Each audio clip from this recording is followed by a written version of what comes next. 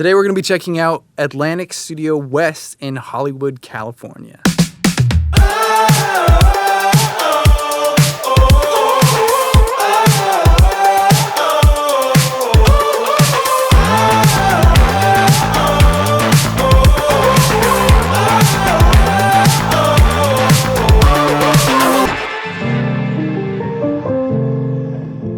So this tour is kind of a cool full circle moment where I'm going back to Los Angeles, where I used to live. I moved there in 2010, and after being there for a year, I went to recording school, got a job at East West Studios. I talked my friend Josh into moving out there. I said, dude, you gotta do the same thing I did. You love recording, you gotta go to the school, and you gotta get a job at a studio. You're gonna absolutely love it. Sure enough, after like a week, he moved there and literally did the same thing. Got a job at Atlantic Studio West. He's now one of the main engineers there. He and his friend Ryan have been there for, I think, over 10 years now. It's crazy. They've worked on a bunch of incredible records and with a bunch of incredible artists. They're both great engineers, producers. They're doing sync stuff. They're working, again, directly with artists and have really built up names for themselves. So they're gonna give me a tour of Atlantic Studio West, and I'm so pumped to be able to do it with my good friends and have them take me in and show me and bring you along too. So I'm super pumped on it. I'll put links down in the description to Josh, Ryan, and Atlantic Studio West at Atlantic Studio West. God, that's hard to say. Down in the description if you guys want to follow them and see what they've been working on. I'm Josh Collins. Welcome to Atlantic Studios West. What is this place and what do you guys do here? This is Atlantic Studios West. We are a recording studio for Atlantic Records, and our purpose is to record the artists and writers for the label. The label books time here to record and write songs for the artists, and then the A&Rs use those songs to shop to the artists, and then hopefully the artists come here, record them, and then put them out. How many rooms are here? 4 rooms. 4 rooms. Okay. That's 4. Well, 3.5. 3 in a production room. Okay. Yeah. And then let's just take a walk through. We'll start with closest and sort of work our way around. This is Studio 2. Yeah, so this is more of the production room. This is the smallest of the studios. Got Graces in all the rooms, Tube Tech, CL1B, or I guess a Tube Tech, CL1B, and BAEs. There's the 1081s here. Straight out of the console, which Papa CD put in. All right, so production room, cutting vocals, doing songwriting. Yep. What do we got here? So you got the output desk, a little patch bay. We do have the output desk. What are these little speakers? Those are Eves. I like them more, honestly, than the Focals. We were talking about that earlier. It's just the Focals, I feel like, you're saying it's like really about the positioning of them and stuff. I feel like after hearing the Eves, like the Focals for whatever reason sound like mighty to me. Like they're like tiny, but they slap. They hit pretty hard, so. So you're really set up for easily doing production work and then just like cutting vocals in here. Yep. Got the Tube Tech, the Apollo. There was a booth. Oh, I got you. There's plans to remodel and stuff. We're in the process of upping everything and making everything cooler and better. Heck yeah, let's walk to the next one. Here's a booth right here. It's got a nice pink light, I think. Could be a different color, who knows? You got that one right. Super nice booth, dude. The chair. Oh yeah, super comfy, dude. Oh, got the stretch system all through the walls. Extra fancy. 251. You know it. That's a luxury. That's bread and butter right there. Or really, I guess it's just butter. So is there sort of like a tier to which room you're in and who you're working with and the purpose or anything like that? Writers who come here regularly or artists who come here regularly can develop a preference, and we'll do our best to get them in the room that they prefer. We, on purpose, have every room have a different vibe and a different look about it so that people can choose which one they're feeling that day. I definitely think comfort is like maybe number 1.5 priority for me. Yeah, definitely. So this is the control room. Got the big full glass into the booth, which is nice. Nice fishbowl vibe. I call it the terrarium. The terrarium, yeah. Wow, this is cool. This is a fancy desk. Is this a standing desk? Oh, dude, yeah. Is it plugged in still? It can be. Gosh. What's that? Yeah. All right. So you get a little lean going, just some like lean at the little push-up vibes, you know? And it's great. A lot of surface area on the desk, which is nice. No, it's great. Set your Roscoe's down, you know? Yeah, dude. Whenever we're producing together, we always have 2 laptops up, so it's like always need the ample space to have 2 things going at once, you know? Got the big barefoots. Yup. These are sweet. Another set of the eaves in here. They got this little cool little switch thing here. You can like change the speaker setting sound. There's like a hi-fi, flat, old school cube. And then you got Apollos in here. This it's all 16s. You got a really nice selection of outboard stuff in these. Yeah. For like production riding rooms, dude. All right, and you got some extra curricular compressors over there. LA2A. Little sidecar. 1176. Shout out to the Audioscape. Oh, bro, we gotta turn it on though. Yeah, everything. Yeah, that little red light. I did a mix in here, and I put everything through the Neves, and like ducked it, and then cranked it. It was like a hip hop mix. It's just like real grimy.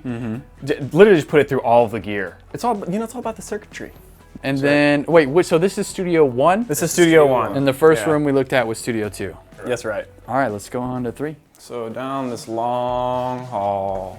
This is the staff-only room. This is the common area. Oh, yeah. This is nice, dude. Yeah, nice and spacious. Yeah. Got these nice little tables for date night, you know? You can have your nice little pasta and you can eat it with your friend. Yep, or That's great. assistant on a break. 3's over here, sorry.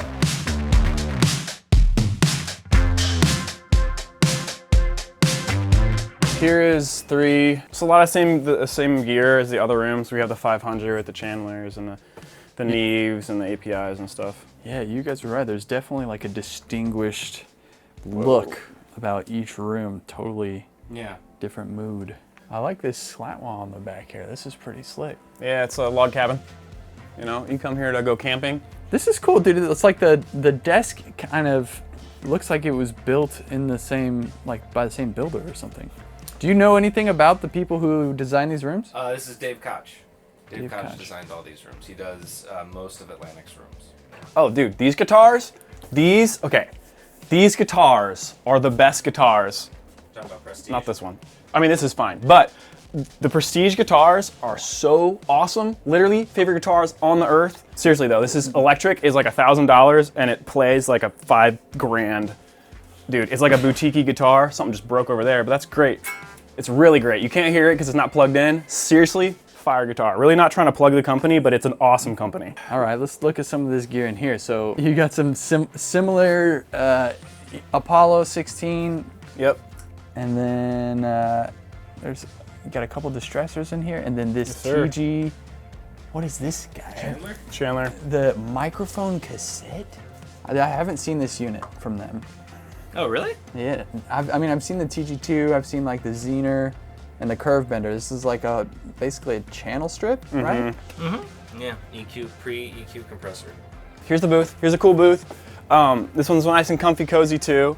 You can I feel like you can hear the difference when you walk in here. Oh yeah. Got the C800 in here. This little chair that you can sit upon and ponder your thoughts and think about all the While you wait on the edit. things while you wait on the edit. Got this cool little lamp over here that turns on. Sweet. Got these little red cue boxes, which are pretty fire. How do you like I like these a lot. Are these XLR cue box? Yeah, so like we do everything. I mean, we have just like, it's just stereo out, so it's Yeah. just like you're just monitoring whatever you're hearing. But I like them a lot. I mean, they're like pretty not noisy, and they're like durable, and they look cool. I mean, they're red, and they Do you have a happen to stand. know how much those are? 500. I want to say like 500. Oh, three Jesus. to $500. You guys, I've noticed each room has the Mac Ultra, the Mac Studio. M The mini Studio. thing. With the M1 Ultra. All right, there's a piano over there. It's cool. There's a little lounge. Got a little artist lounge in here with this organ, so you can So like you got hang a out in Hammond here. B3 in the lounge, bro. That's right. That's cool. Yeah, man. Again, very distinct vibe in here. Play some Minecraft. It's cool to see this version of a studio setup, because this is very much focused on like the songwriting and production side of things, which is more and more prevalent. You want to be comfortable. Like, it's like, I feel like there's like, if you go to like a big studio and it's almost sometimes can be overwhelming. It's like you just Papa CD's office with all his awesome gear. Oh, yeah, all his dude. snares, dude. Snares? Oh, the snares I'm proud of. So sweet. Heck yeah, He's like dude. Bogarting gear in here. Ooh, yeah. Come to CD's workshop. He'll hook you up. Oh yeah. This is nice. Yeah. It's like, this is reminiscent in VIP. Yeah, Yeah, definitely. a little bit.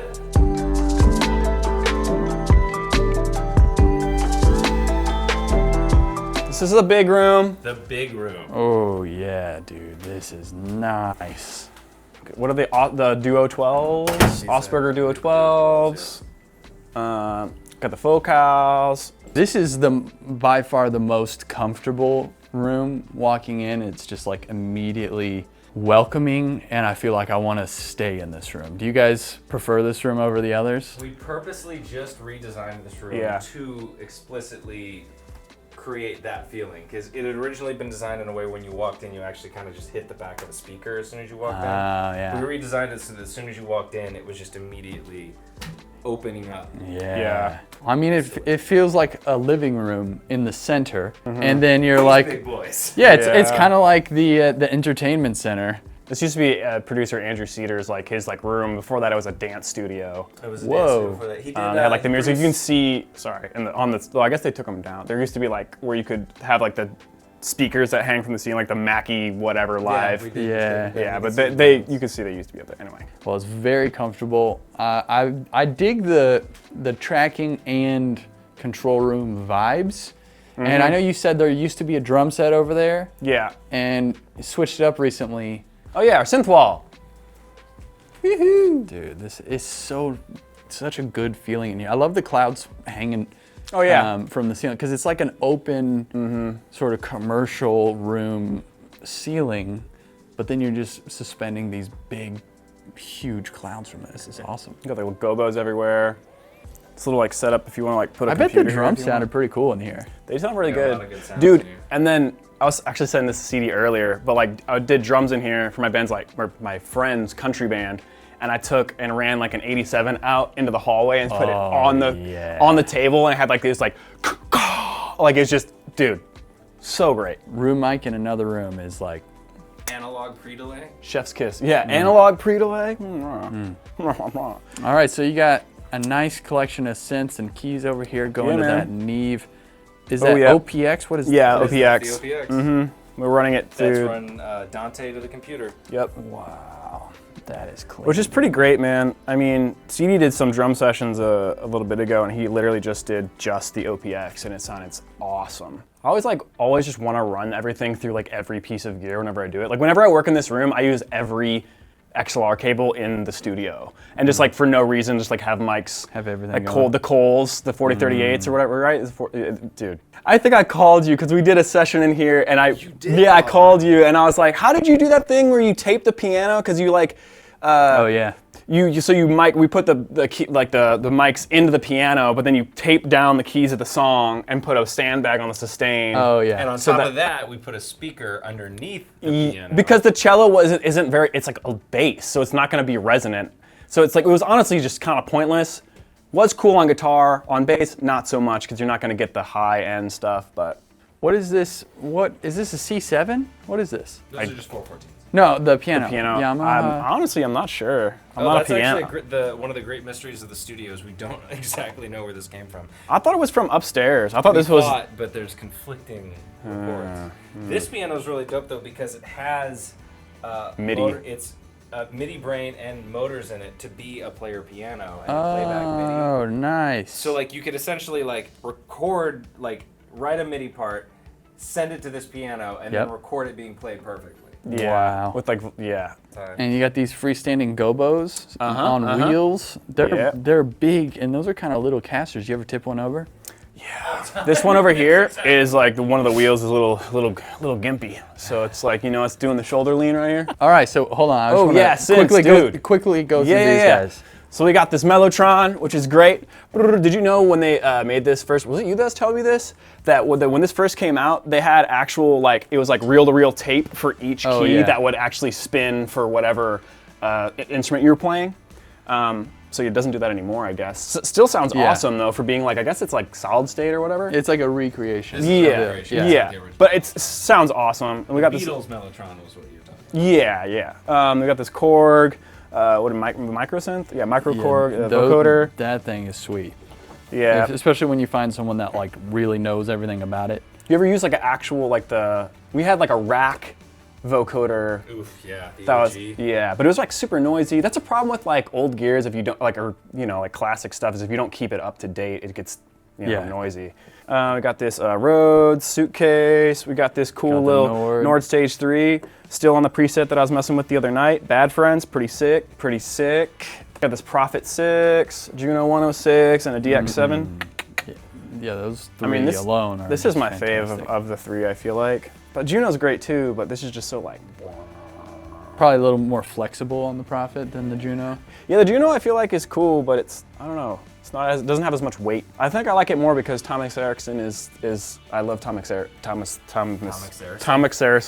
So what are some things that you guys have worked on here in the studio lately? The song Victoria's Secret by Jax just came out. Oh, no way. Did you record that? Let's see, Gail's new project. She did the project she just dropped. She did about 3/4 of the songs here. Sick. And those were in Studio One. She recorded that. And then a bunch of new stuff that's going to be coming out this year. Fozia.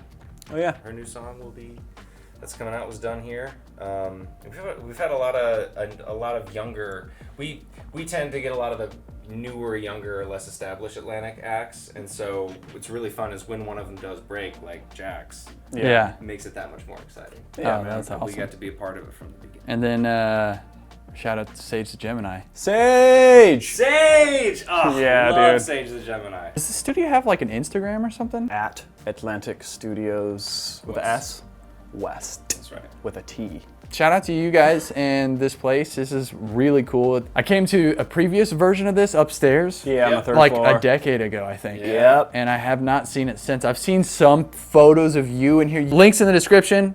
Go follow Josh, Ryan, the studio. All that stuff's down in the description. Yep. Get signed, come hang out. Yeah, that's right. Get signed to Atlantic and then come we'll see make some ya. music. And we'll see you there. Oh, I hated that. Thank you to Sweetwater for sponsoring this video. If you guys have some extra gear lying around and you're looking to make an extra buck or get something new, head on over to gearexchange.com. Sweetwater's used reselling website where you can take gear that you have and sell it and make an extra buck, or if you accept a Sweetwater gift card as payment, there's actually 0 fees. And I mean, Sweetwater takes no fees and there's no transaction fee at all. You can literally sell your gear, get your Sweetwater gift card, and then buy some fresh new gear with it. It's a great way to make some extra cash or swap something out that you aren't maybe using for something that you will be using if you're looking to get something new. I've personally been using it. I have a Burl B32 summing mixer for sale in my shop right now. If you're looking for a summing mixer, hey, go check it out. I'm selling it for nearly $1,000 less than it is brand new. So if you're looking for a nearly brand new summing mixer, go check out my shop. There's a link down in the description. Thank you, Sweetwater, for sponsoring this video, and we'll see you guys in the next one.